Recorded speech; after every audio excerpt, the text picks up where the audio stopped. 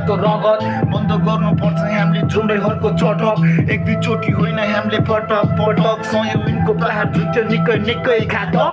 नाना थरी कुराले मन छ धेरै दुखेको नौटङ्की छ चारैतिर छैन कहिले बितेको दुःख सुख गरी थियो आफ्नै ठाउँमा बसेको देख्दा फेरि शत्रु बैरी हेर्दै मलाई हाँसेको मैले बोले शब्द फैलो धुवा सरी गाउँमा केही त गर्छु भन्दै बस्या थियो आफ्नै ठाउँमा टौडा खेले मतको हाम्रो भविष्य छ दाउमा कोही देखेन मलमपट्टि लगाइदिने घाउमा व्यवस्थालाई लट्टालिङ र ढोग्नु पर्ने पाउमा जिउँदै मार्दै जस्तो लाग्छ भेट्दाखेरि ठाउँमा मनको प्यास मेट्ने कुवा छुट्यो आफ्नै गाउँमा पीडा लुकाइ हाँस्नुपर्छ अर्काको यो ठाउँमा सम्झनामा दिनहरू काटिँदैछु मुस्किलले बन्द गर्नुपर्छ हामीले सिस्टम यसको घुस लिने चाह्यो हामीलाई नेता यस्तो सबको कुरा बुझ्दिने नाकी बोल्दै ठाउँमा ड्याल काटेर सुत्दिने जाग्यो अब नेपाली उम्ल्यो रातो रगत बन्द गर्नुपर्छ हामीले जुम्रेहरूको चटक एक दिन होइन हामीले पटक पटक सुनको प्रहार जुन्थ्यो निकै निकै घातक जाग्यो अब नेपाली उम्ल्यो रातो रगत बन्द गर्नुपर्छ हामीले जुम्रेहरूको चटक एक दुईचोटि होइन हामीले पटक पटक सयौं उनको प्रहार जुन्थ्यो निकै निकै घातक